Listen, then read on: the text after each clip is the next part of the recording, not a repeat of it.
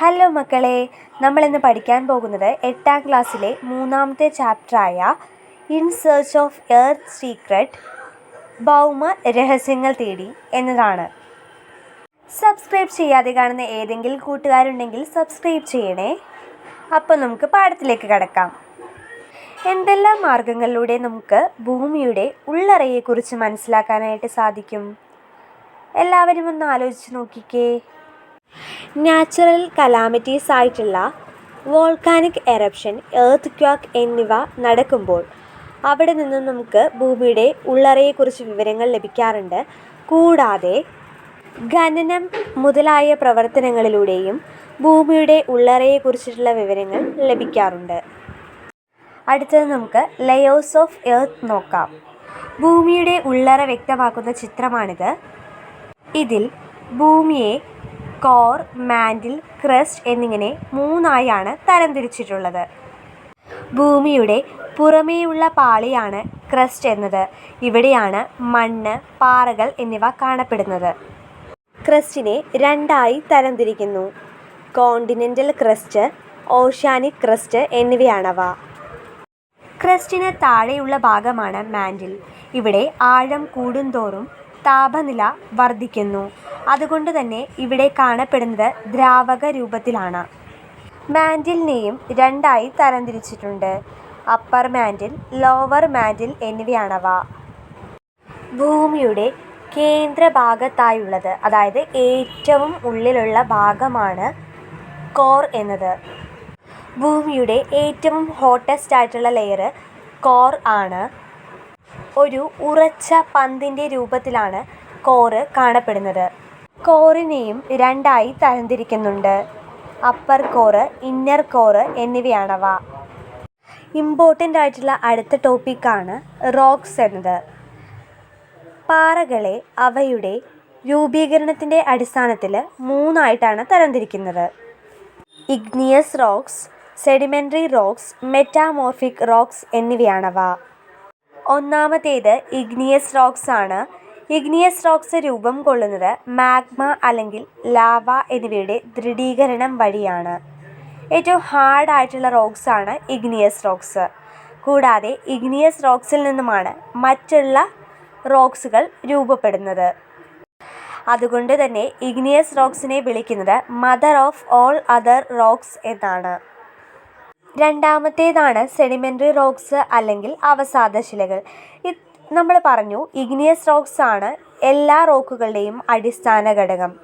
അപ്പോൾ ശക്തമായ കാറ്റ് മൂലം അല്ലെങ്കിൽ മറ്റെന്തെങ്കിലും കാരണം കൊണ്ട് ഇഗ്നിയസ് റോക്സിന് ക്ഷയം സംഭവിച്ചുകൊണ്ട് അതിൻ്റെ അവശിഷ്ടങ്ങൾ വീണുകിടക്കും. ഈ അവശിഷ്ടങ്ങൾ കൂടിച്ചേർന്ന് ഒരു പാറയായിട്ട്, റോക്കായിട്ട് മാറും. ഇത്തരത്തിലുള്ള റോക്കുകളാണ് സെഡിമെൻ്ററി റോക്സ്. പ്രധാനമായും കുന്നിൻ ചരിവുകളിലൊക്കെയാണ് സെഡിമെൻ്ററി റോക്സ് രൂപപ്പെടാറുള്ളത്. മൂന്നാമത്തേത് മെറ്റാമോർഫിക് റോക്ക് അല്ലെങ്കിൽ രൂപാന്തരപ്പെട്ട ശിലകൾ. ഇത്തരത്തിലുള്ള ശിലകൾ രൂപം കൊള്ളുന്നത് ഹൈ ഹീറ്റ്, ഹൈ പ്രഷർ മുതലായവ ഉണ്ടാകുന്നത് കൊണ്ടാണ്. ഇത്തരത്തിൽ ഇഗ്നിയസ് റോക്സിന് ഹൈ ഹീറ്റ് അല്ലെങ്കിൽ ഹൈ പ്രഷർ ഉള്ളതുകൊണ്ട് രൂപമാറ്റം സംഭവിക്കുന്നു. അങ്ങനെ മെറ്റാമോർഫിക്കായി മാറുന്നു. അടുത്തൊരു ഇമ്പോർട്ടൻ്റ് ടോപ്പിക്കാണ് വെതറിംഗ് ഓഫ് റോക്സ് എന്നത്. നമ്മൾ പറഞ്ഞു സെഡിമെൻ്ററി റോക്സ് അല്ലെങ്കിൽ അവസാദശിലകൾ രൂപം കൊള്ളുന്നത് വെതറിംഗ് മൂലമാണെന്ന്.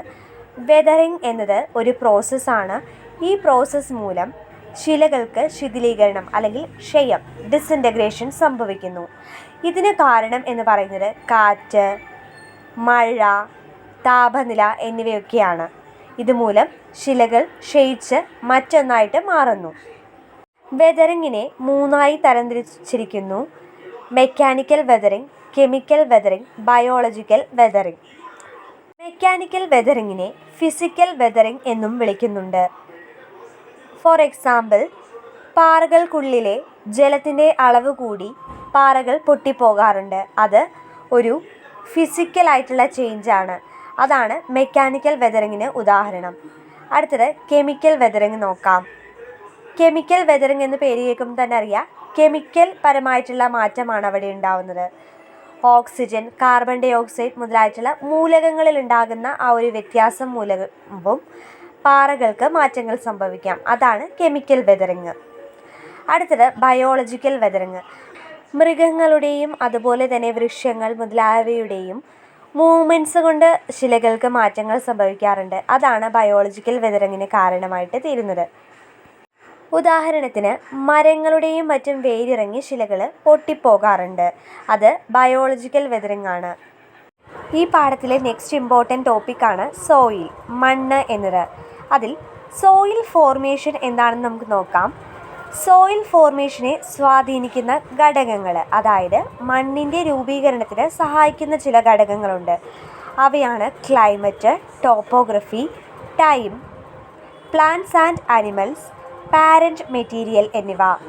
ഒരു പ്രദേശത്തിൻ്റെ കാലാവസ്ഥ, ഭൂപ്രകൃതി, സമയം, കൂടാതെ അവിടുത്തെ വൃക്ഷലതാദികളും മൃഗങ്ങളും മാതൃശില മുതലായവ അവിടുത്തെ മണ്ണിൻ്റെ രൂപീകരണത്തെ സ്വാധീനിക്കുന്നുണ്ട്. മണ്ണിൻ്റെ രൂപീകരണം നടക്കുന്നത് കുറേ വർഷങ്ങളെടുത്തിട്ടാണ്. ഇത്തരത്തിലുള്ള മണ്ണ് മനുഷ്യൻ്റെ ഇടപെടൽ മൂലം പലപ്പോഴും മലിനമാക്കപ്പെടുന്നുണ്ട്.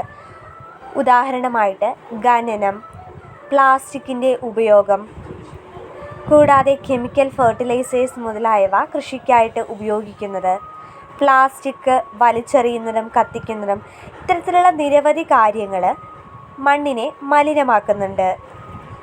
ഭൂമിയിൽ ജീവൻ്റെ നിലനിൽപ്പിന് ഏറ്റവും അത്യാവശ്യമായിട്ടുള്ള ഒന്നാണ് മണ്ണെന്നത്.